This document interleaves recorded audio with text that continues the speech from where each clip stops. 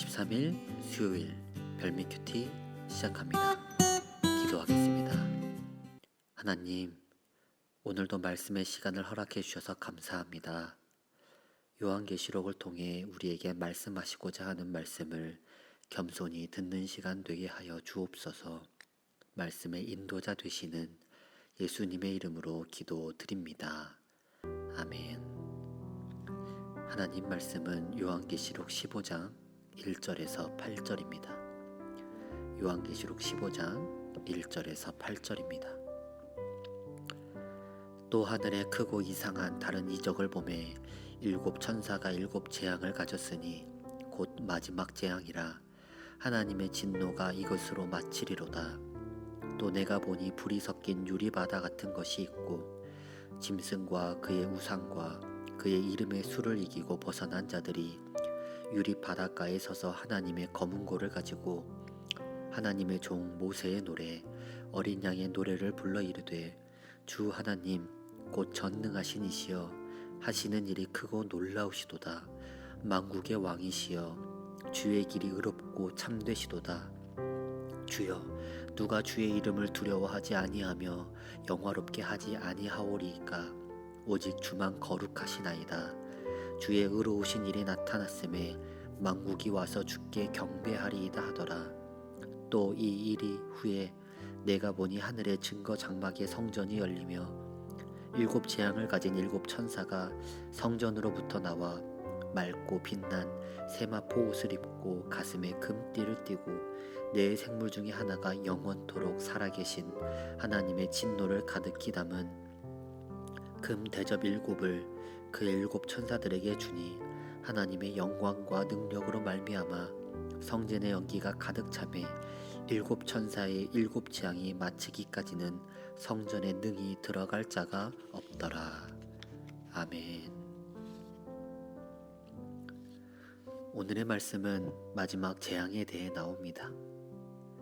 다만 지금까지 나왔던 모든 것들이 크고 이상한 이적이었으나 요한은 또 표현을 크고 이상한 다른 이적이라고 표현합니다. 어쩌면 앞에 나왔던 천사들이 한 곳에 모여 일곱 천사들로 일곱 재앙을 가져온 것이 아닌가라고 생각을 해봅니다. 그리고 이 재앙이 마지막 재앙이라고 합니다. 마지막 재앙이라는 말에는 두 가지 의미가 있습니다. 이제 더 이상 재앙은 없다라는 희망의 뜻과 이제 하나도 남김없이 쓸어버리겠다라는 심판도 함께 있습니다. 마지막 재앙이라는 이 말을 출애굽기에서 나온 10가지 재앙 중 마지막이라고 생각해 본다면 오늘 말씀의 의미가 조금은 느껴질 것입니다. 이 재앙이 일어나기 전 불이 섞인 유리바다에 있는 사람 위에 사람들이 있습니다. 불과 물이 가득한 바다, 그것도 투명하다고 느껴지는 유리바다가 실제로 공존할 수 있겠습니까? 계속해서 요한계시록은 실제로 공존할 수 없는 것들을 보여주고 있습니다.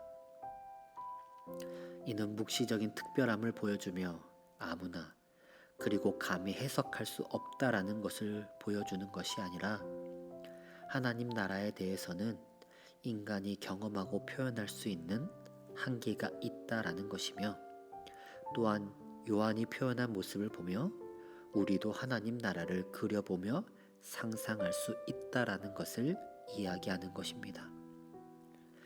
말씀을 읽고 들으시는 와중에 계속해서 머릿속에 그려가 보시기 바랍니다. 다만 저와 여러분이 그리는 모습이 절대 정남만은 아니라는 사실을 기억하시기 바랍니다. 불이 섞인 유리바다 위에서 환난을 이겨내고 선택받은 사람들은 하나님의 종 모세의 노래 어린 양의 노래를 부르며 찬양합니다. 모세의 노래는 어떠한 내용인지 정확히 알 수는 없지만 다만 유추해 볼 수 있습니다. 모세가 찬양을 했다면 언제였을까요? 출애굽을 할 때가 아니겠습니까? 어쩌면 홍해를 건넜을 때도 있습니다. 모세의 노래를 유추해 본다면 하나님께서 자신의 백성을 구원하시기 위해 대적들을 심판하는 찬양이 아니었을까요? 지금 로마의 환란 속에 있는 그들이 부를 수 있는 모세의 노래는 백성을 구원하는 하나님, 대적을 심판하는 하나님을 찬양하는 노래였을 것입니다. 그리고 어린 양의 노래를 부릅니다. 어린 양의 노래는 어떤 노래였겠습니까? 양이 가지고 있는 순결의 의미일 수 있고 양이 가지고 있는 희생의 의미일 수도 있습니다. 다양한 의미 중에 자신들의 죄를 속죄해 주신 대속죄물의 어린 양의 이미지를 기억하며 찬양했을 것 같습니다. 이렇게 모세와 어린 양의 노래를 부르며 크고 놀라우신 하나님을 찬양합니다. 우리가 여기서 봐야 할 것은 찬양이 모세와 어린 양의 노래로만 끝나는 것이 아닌 자신들이 직접 겪은 놀라운 하나님을 찬양하고 있다는 사실입니다.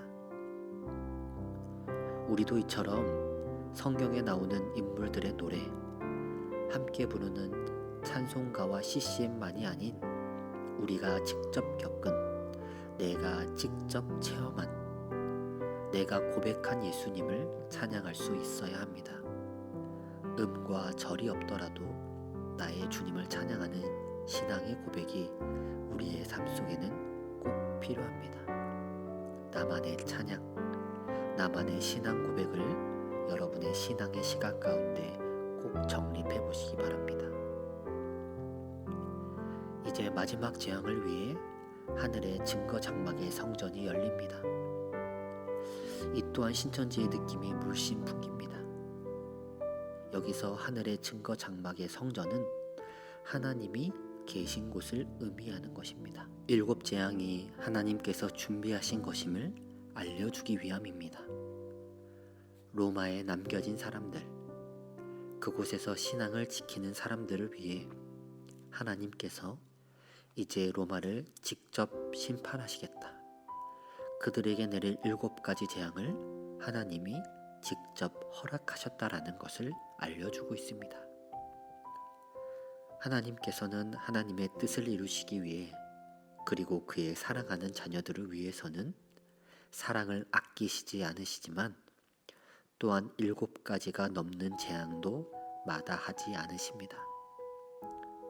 하나님의 말씀을 따르는 삶을 통해 불이 섞인 유리바다 위에 있음에도 하나님의 보호하심이 함께하기를 소망합니다.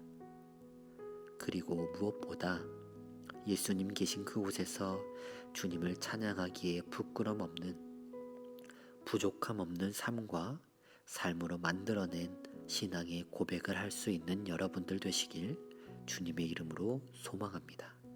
기도하겠습니다. 하나님, 오늘도 말씀을 허락해 주셔서 감사합니다.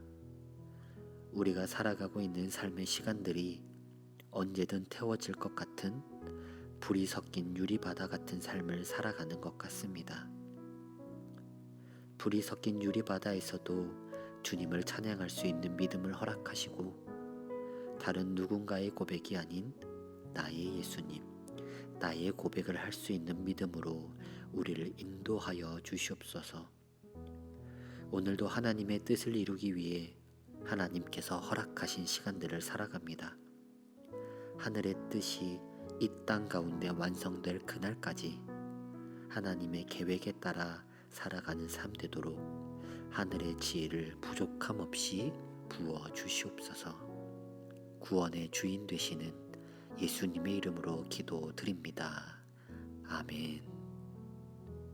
계속해서 묵상과 기도로 하나님 앞에 나아가겠습니다.